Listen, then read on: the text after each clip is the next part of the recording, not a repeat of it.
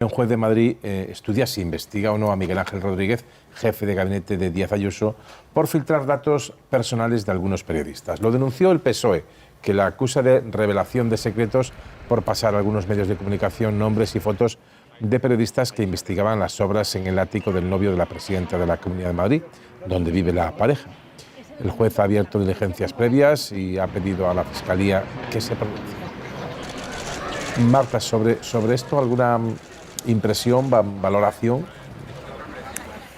Pues yo alegrarme de que una jueza se atreva a abrir este melón, que es un melón que creo que empieza por aquí, pero que debería seguir por más sitios.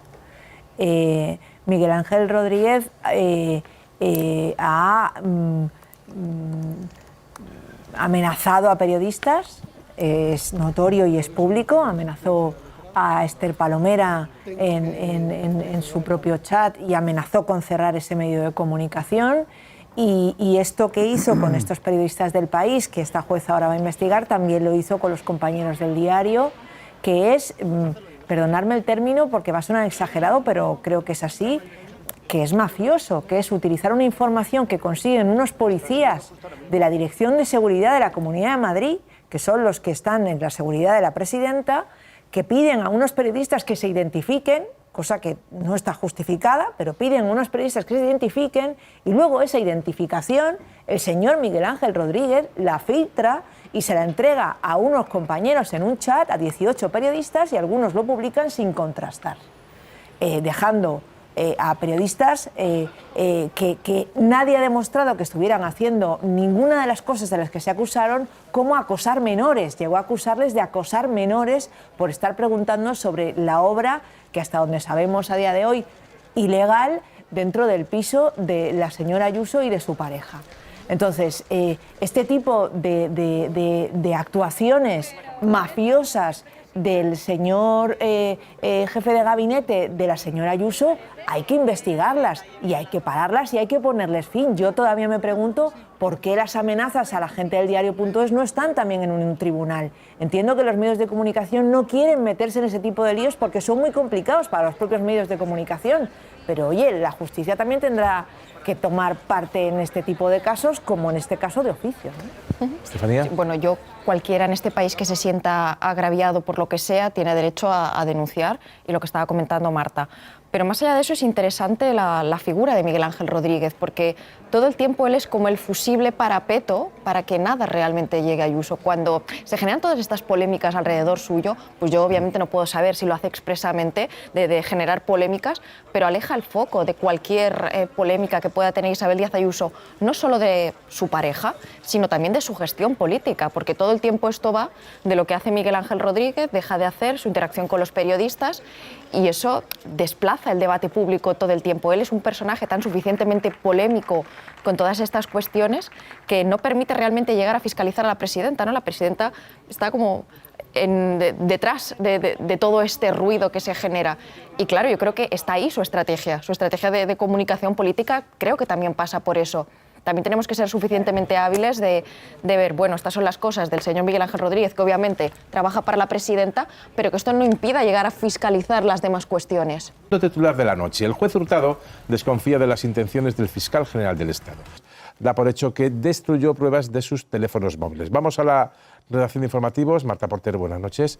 El Supremo dice que es evidente, aunque parece que carece de relevancia penal.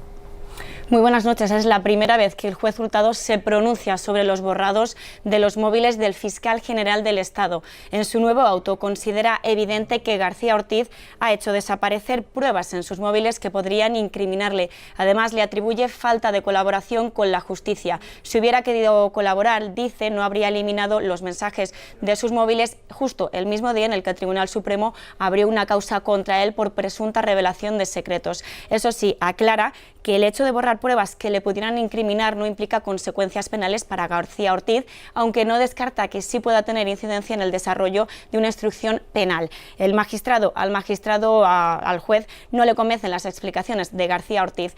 La semana pasada en la Comisión de Justicia, el fiscal general del Estado aseguró que los borrados cumplen con las previsiones legales. Sombra de sospecha genérica por realizar lo que la norma dice con claridad. No se deben mantener los datos ajenos en el dispositivo más que el tiempo estrictamente necesario. Cumplo las previsiones legales para proteger mis datos y los datos de los que soy custodio. No se pueden ustedes imaginar los datos que tiene el fiscal general del Estado. Además, el juez ha anunciado una nueva medida para acabar con las filtraciones en este caso. Recordemos que el fiscal general hace unos días presentó una queja por las filtraciones de datos personales suyos y de otras personas. A partir de ahora, los informes de la Guardia Civil no se enviarán a las partes, sino que los letrados tendrán que acudir al tribunal en caso de que quieran consultarlos. Gracias, Marta. Pues vamos con una ronda de los cuatro. Empiezo por ti, Juan. La decisión del Supremo la calificabas en el sumario de contundente. También es cierto que dice que esto no supone ninguna que vaya a modificar una acción penal. Habla de que hay un indicio de destrucción de pruebas. Os quería preguntar a los cuatro por ello. Empiezo por ti. Sí, bueno, lo primero, creo que este auto lo que viene a confirmar es que el fiscal general del Estado destruyó pruebas que pudieran ser interesantes para una supuesta o una investigación sobre supuestos hechos delictivos. A mí me da la sensación de que con este auto, insisto, van más de 30 autos, creo que ya llegamos a 35 del juez Hurtado, queda bastante abocado al banquillo el fiscal general del Estado. Pero bueno, veremos esto con todas las cautelas. En la cuestión de la revelación de secretos, el juez la está tratando de armar y no ha podido saber si el fiscal general del Estado envió o no envió mensajes, qué información manejó, porque el fiscal general del Estado borró su teléfono móvil y lo borró cuando se enteró que estaba imputado. Por lo tanto, al final, con el aval de la Sala de lo Penal, por unanimidad, que esto es relevante, la investigación del juez Hurtado está siendo ajustada a derecho y creo que el fiscal general del Estado está en una situación muy difícil y hace mucho daño, ya no solo a su figura, sino a la institución que representa, que es la que debe perseguir el delito en España. Yo fijaos que, aun no poniendo en duda lo que está diciendo Juan, me parece que va a ser muy sorprendente para muchos que el señor fiscal general del Estado acabe sentado en el banquillo. Va a ser muy sorprendente, porque más allá de los autos del juez, la información que se está manejando habla de que el acceso a ese mail era de casi 500 personas, se llegó a publicar, luego se ha acotado más, pero hablamos de mucha gente tuvo acceso a ese mail que se filtró. No hay ninguna prueba que demuestre que este hombre fue el que la filtró. No se ha investigado las posibles filtraciones por parte de esas otras personas que tuvieron acceso a ese documento. Tampoco se ha investigado las tesis de los periodistas que declararon ante el juez, contándole que ellos tenían esa información antes de que el fiscal general del Estado ni siquiera estuviera informado sobre esto.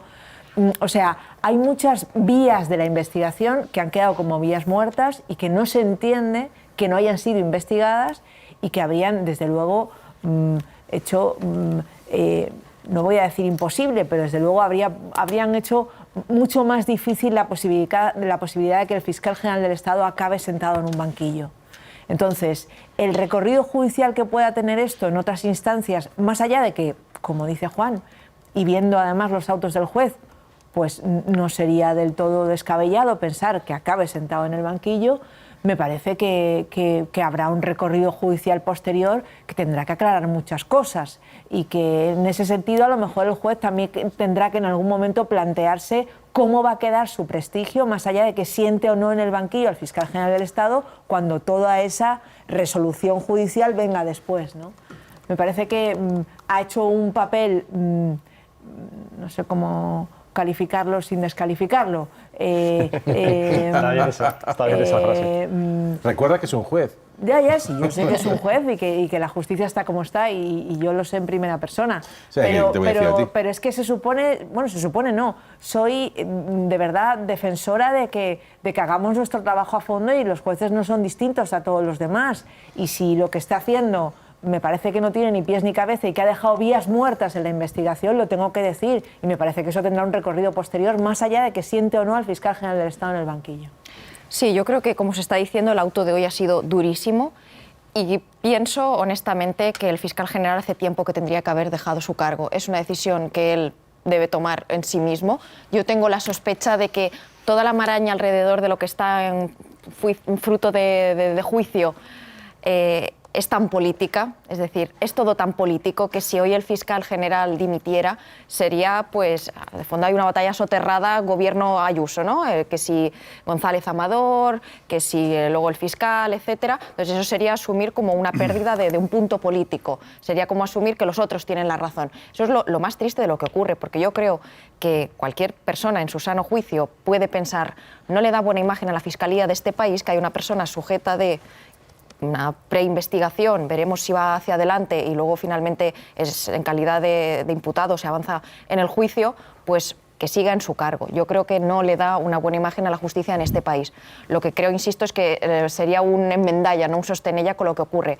Y al margen de eso, creo que el Gobierno se ha pillado mucho los dedos desde el principio. Es decir, esta idea de el Gobierno y su fiscal, pues creo que a lo mejor esto no hacía falta decirlo. ¿Por qué? Porque todos sabemos que al fiscal lo ha puesto el Gobierno, pero esto del Gobierno y su fiscal, no, es el fiscal general del Estado.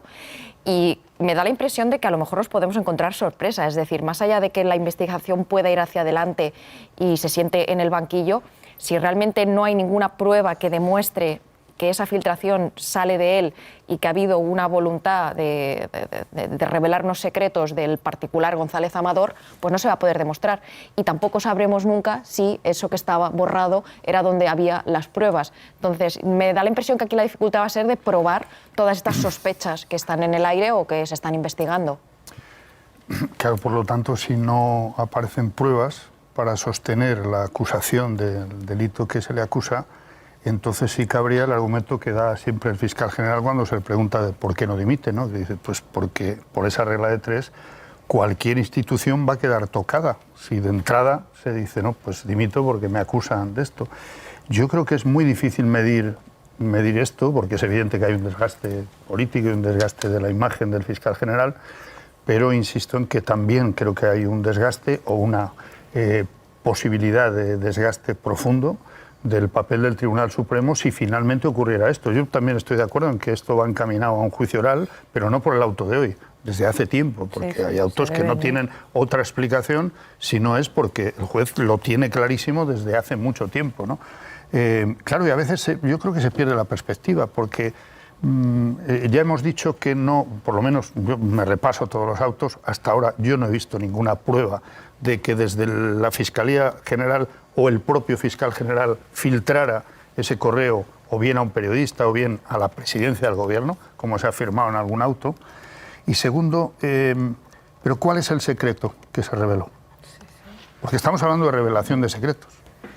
Y ya se pierde el oremus en esta cuestión. Es decir, ¿el secreto cuál era? Que había un individuo que es la pareja de la señora Ayuso que tenía y tiene un conflicto con Hacienda porque se divulgó un bulo que consistía en darle la vuelta al asunto y decir que era Hacienda quien proponía un pacto cuando era al revés, porque el origen es este. Y yo sigo preguntándome cuál es el secreto que habría desvelado en su caso el fiscal general, porque ya se conocía la causa y se conocían los ingredientes, se conocía el bulo y se conocía la respuesta al bulo, porque hay que recordar que esta causa llegó desde el Tribunal Superior de Madrid hasta el Supremo basado en la nota informativa. Y el Supremo dijo, no, ahí no hay delito. Ahora vamos a ver si lo hay por la filtración de ese correo. Esto es como, digo, para no perder la perspectiva, porque esta es la causa de la que estamos hablando. Y yo, sinceramente, yo creo que yo entiendo que mientras no asomen pruebas claras, ¿no? Yo creo que tiene derecho a defenderse el fiscal general como fiscal general, no como particular, como fiscal general, porque de alguna manera hay que defender en ese sentido a las instituciones, porque si no nos arriesgamos a que cualquier querella que avanza sin pruebas, insisto, documentales o testificales o tal, claro, se pueden poner querellas y se admiten a trámite, claro, o se cambian durante el proceso. Es importante. Los objetivos, claro, entonces podemos acabar con los responsables de las instituciones principales. Pero es importante que no es una querella sin más, es una querella que el Supremo ha admitido a trámite. En el momento en que el Supremo admite a trámite... No tal como la presentaba el Tribunal Superior de Madrid, se cambió el delito sobre el que se investigaba. Bueno, y en ese momento el Tribunal Supremo decide que hay argumentos para investigar. Eso ya es le da un cariz importante a la investigación. Yo creo que estaría fenomenal que el Tribunal Supremo, su gabinete de prensa, que no lo van a hacer, pero estaría fenomenal, informaran de la cantidad de querellas, demandas y todo tipo de iniciativas que se rechazan contra todo Hombre, tipo claro, de ministros, el sí, presidente sí. del Gobierno, Sí, sí. el ministro de Justicia. Es decir, si se supiera de verdad la cantidad de querellas que se frenan en el Supremo porque no tienen sustancia, precisamente para evitar lo que tú dices. Por tanto, en el momento en que se admite una querella, hombre, eso hay que darle ya un viso de credibilidad, ¿no? Bueno, sobre esta cuestión, sobre esta cuestión en concreto, Estefanía, por una parte el juez viene a decir no es ilegal, cosa que ya sabíamos por el Supremo cuando fue el caso del ordenador del PP en el caso Bárcenas. No es delito, en aquella ocasión no se dijo nada más, pero ahora dice algo más, aunque puede incidir en la sospecha y puede tener relevancia en la investigación finalmente. ¿Cómo ves esta decisión auto del juez? Bueno, y también hay un dato que es muy importante. En el momento en que se produjo ese presunto borrado, no estaba sujeto a investigación, es decir, no es que se ha abierto una investigación y de pronto desaparecen posibles pruebas. Entonces, creo que aquí hay que ver el desarrollo de todo esto. Lo que creo que si en ese presunto borrado había datos que puedan ser relevantes para enjuiciar este caso, me da la impresión que va a ser muy difícil enjuiciarlo. Es decir, si tú no tienes una prueba fehaciente al final, para que la gente lo entienda, nosotros podemos sospechar lo que queramos, pero un juicio es un contraste de pruebas y de relatos que se han podido elaborar a partir de los indicios que los jueces han tenido y la Fiscalía, y se ha contrastado. Si lo que estaba ahí era realmente lo que podía demostrar una presunta filtración, yo no sé la justicia eso cómo lo va a poder elaborar.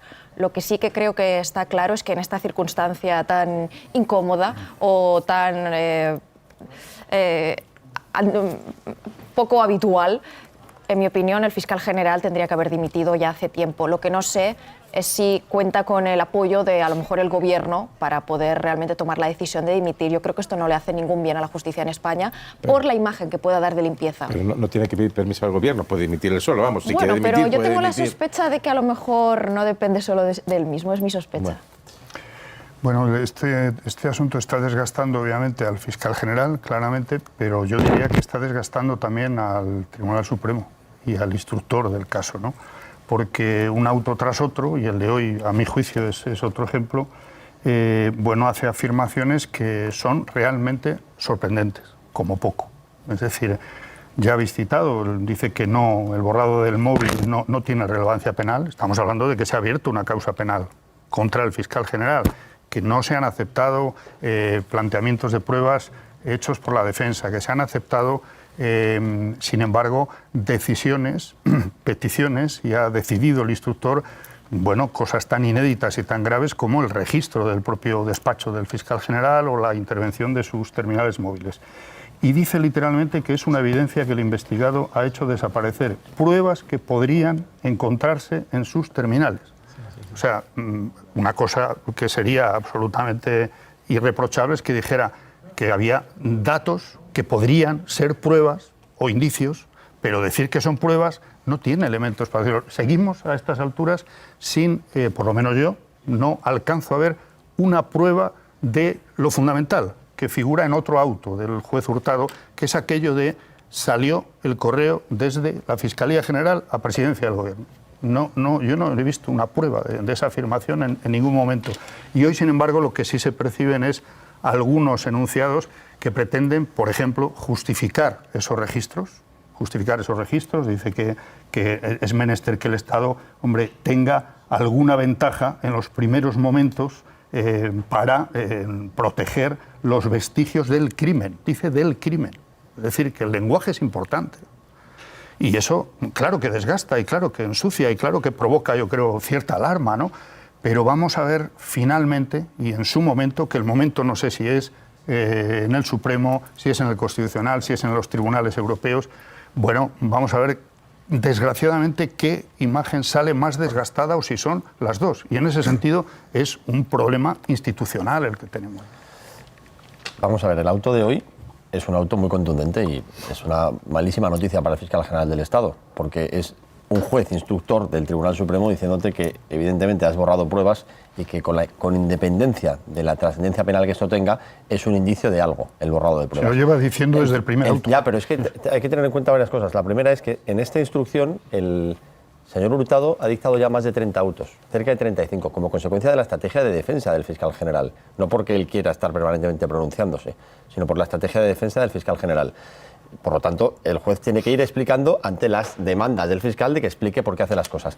Y en este auto lo que explica el juez instructor es que ha recurrido a la UCO para saber qué había en ese teléfono móvil porque el señor fiscal general había borrado sus mensajes. Y los había borrado en contra de lo que dijo inicialmente cuando se enteró que iba a ser requisado, que iba a ser sujeto de un registro. En ese momento, el momento en que es imputado, es cuando decide borrar sus mensajes, no por un protocolo, como había llegado a afirmar la Pero insisto, la Fiscalía. afirmar que ahí había pruebas no tiene Bueno, es que esto elementos no, ni él, ni nosotros, ni no, nadie. claro que no. Claro. Es que este Pero auto, ¿cuándo lo que dice? dice, este auto lo que dice no es que haya pruebas, lo Sí, que dice, lo dice. no, lo que dice es que hay indicios y dice que el hecho del borrado tiene un significado. Y lo que añade, en respuesta a los requerimientos de la defensa del fiscal general, es que si el fiscal general no hubiera borrado sus mensajes, él no tendría que haber recurrido a la UCO. Lo que está haciendo el señor Hurtado es explicar por qué está haciendo este tipo de iniciativas. Por lo tanto, a mí me parece que este auto es contundente, me parece que este auto aboca a sentar en el banquillo al fiscal general, tiene toda la pinta. Creo que la investigación, ya en lo lo que tenía. tiene que ver con él, va en esa dirección. Veremos a ver en otras cuestiones, como puede ser la declaración como testigo de la señora Sánchez Acera, la empleada de la Moncloa, y cómo queda el asunto de si intervino el Palacio de la Moncloa en ese envío de mensaje a Lobato. Pero en lo que tiene que ver con el fiscal general, yo creo que esto es muy contundente. Marta. Bueno, esto es un entrecomillado del auto, ¿eh? Dice que Álvaro García Ortiz ha hecho desaparecer pruebas que le puedan incriminar. Eso es. ¿Vale? O sea que sí que da por hecho que había pruebas en ese teléfono, cosa que no está demostrada, porque como no hay teléfono, pues no sabemos qué hay en el teléfono.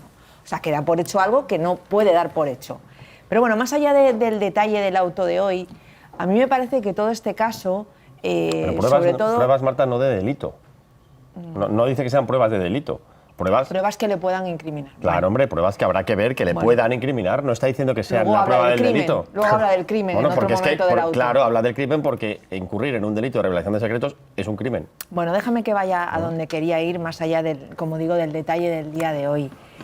A mí me parece que el caso del fiscal general del Estado, efectivamente, al fiscal general del Estado le deja muy tocado, pero deja muy tocada la justicia de este país, que es todavía más grave.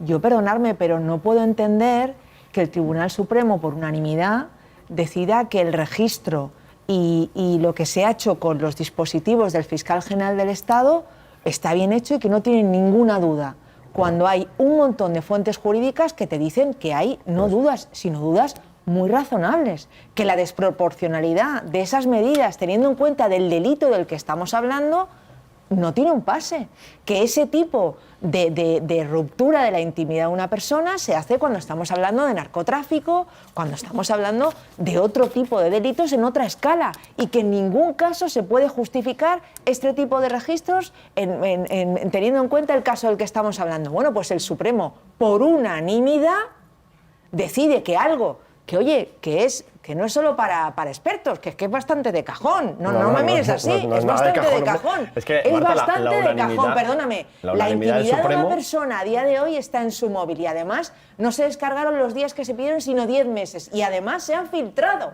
O sea, es que lo que ha ocurrido es de una... de una locura colectiva que deja a la justicia española bastante mal. Del Supremo. Bastante mal.